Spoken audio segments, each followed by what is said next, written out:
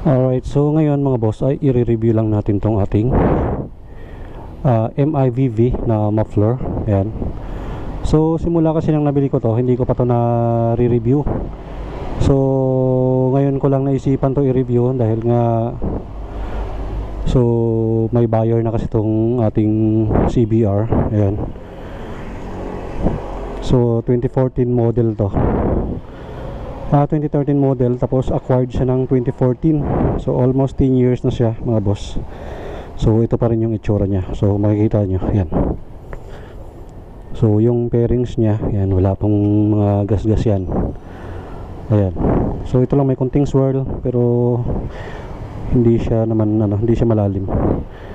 Ayan, isa lang yun. Tapos dito sa kabilang part na to, so ganun din yan, makinis din yan mga boss, pati dito sa tangke. Ayan.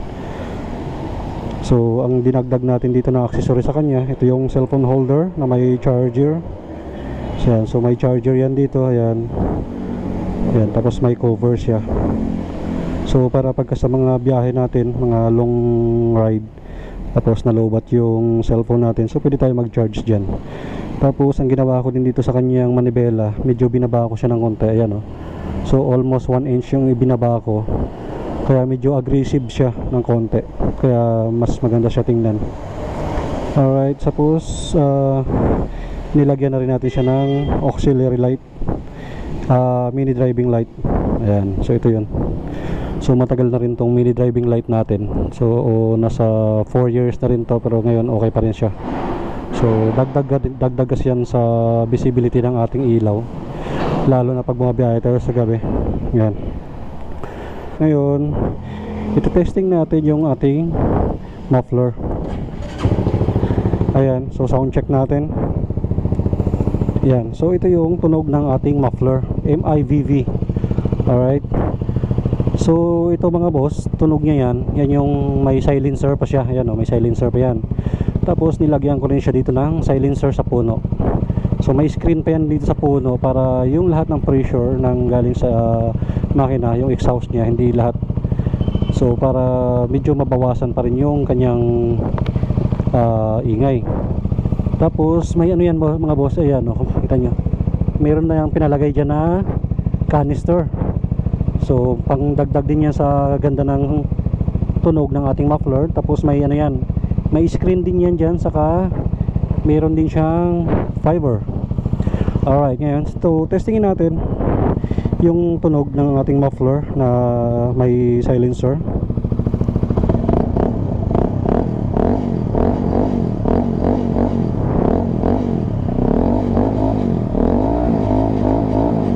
Ayan, so di ba?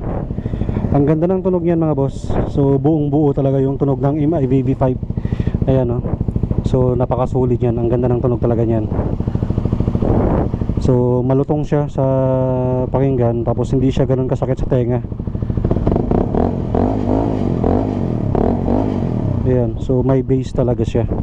Hindi kumpara dun sa iba na sobrang ingay, sobrang sakit sa tenga. So yan yung ano, kaya kahit na aftermarket yung pipe natin, pasado pa rin siya sa pag nirehistro natin sa LTO. Gawa nung pasado siya sa decibel meter. Okay? So ngayon naman tetestingin natin ng wala siyang silencer. Ayan, so may bolt lang yan dito mga boss.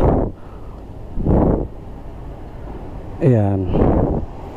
Tapos nilagyan ko kasi ng nut yan eh. So medyo mainit ito. Yeah.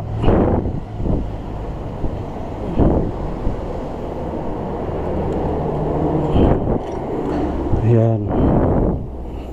Yan, so kung makikita nyo mga boss, yan o, kita mo naman ang laki ng butas ng ano. Ayun, so kung makikita nyo, yun nasa loob. Ayan. Yun, nilagyan natin siya ng screen sa loob para yan, may screen sa loob yan para mas mabawasan yung ingay niya, kasi pag wala talaga yan, sobrang ingay. So pero pag wala tong silencer yan, pakinggan nyo mga boss ha, maganda pa rin ang tunog niyan pag kahit wala siyang silencer. Ayan. Yan, so ito naman yung tunog mga boss pagka tanggal yung ating silencer. Ayan, ito yun. Ayan oh. Pakita mo naman, di ba? Ang ganda ng tunog, buong buo talaga. So swabe ang tunog niyan mga boss.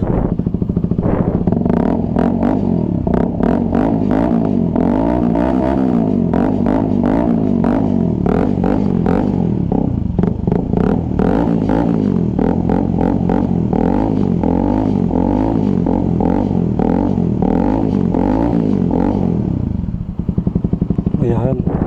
So yan yung tunog ng MIVV5 natin mga boss. O di ba? Ganyan kasolid yan. Kaya sa mga balak magpakabit niyan mga boss, hindi kayo magsisisi niyan dahil sa forma panalo, pati yung base niyan sobrang buo. So ang ganda. So ang gawin niyo lang, lagyan lang ng silencer dito sa puno, saka ganyan. Screen ang ilalagay ko diyan para mabawasan yung ingay niya. Pero kahit na ganyan mga boss, yan, hindi pa rin siya masakit sa tenga.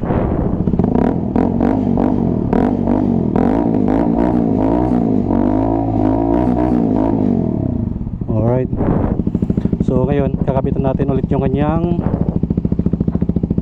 silencer. Alright.